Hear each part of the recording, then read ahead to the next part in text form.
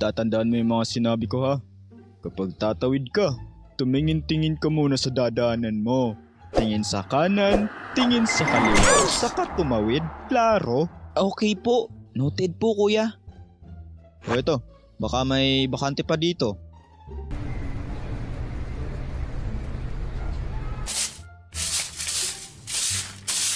Oh, mawalang galang na ho. Nasaan pa ang landlady dito? Ako ho, iho. Bakit? Mag-i-inquire kayo? Tamang-tama, may isang bakante pa dito. Halik kayo, pasok kayo, dali. Alright! Ayan! So mga kuya, yun na lang yung bakante namin na higaan. Iisa na lang talaga yan siya.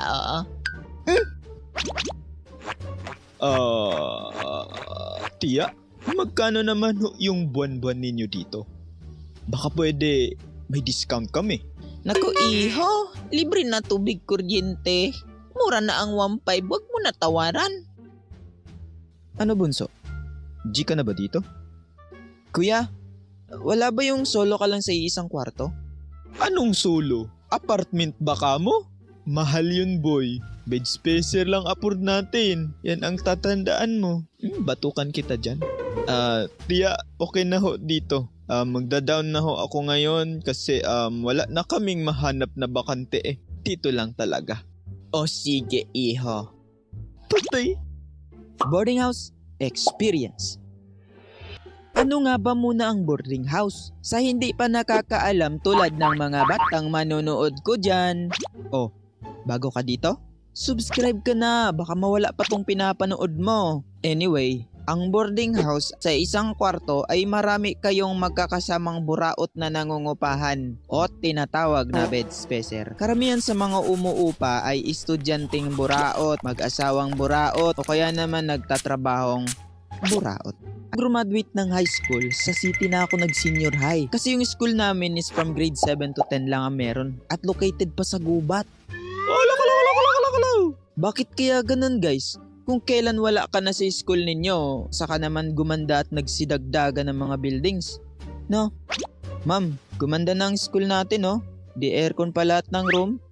Hay, sana all. Pwede po bang bumalik na lang ako sa grade 7? Isang araw bagong pasukan, pumunta na ako sa nakuha namin na boarding house. Dala-dala ko na yung mga gamit ko. 30 kilometers nga pala yung layo ng school ko mula sa bahay kaya ako nangupahan. That time, kinakabahan talaga ako kasi first time ko maging solo independent ng pansamantagal. What if puro mga buraot ang makakasama ko dyan? Okay lang, mas buraot naman ako eh.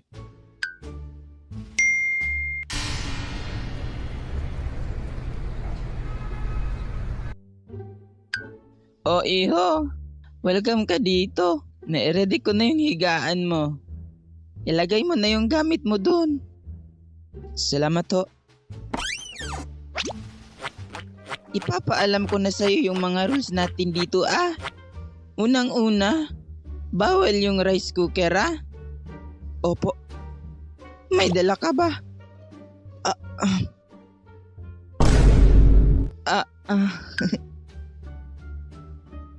Anak, dalhin mo na tong rice cooker para hindi ka bili ng kanin sa labas.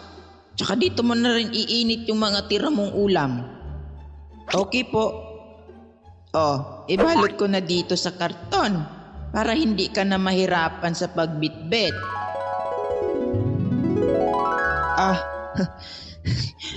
Wala po akong dala.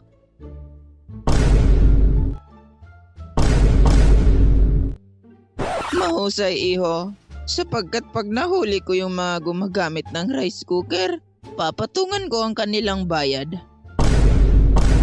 Ikalawang rules, bawal na bawal ang bisita dito.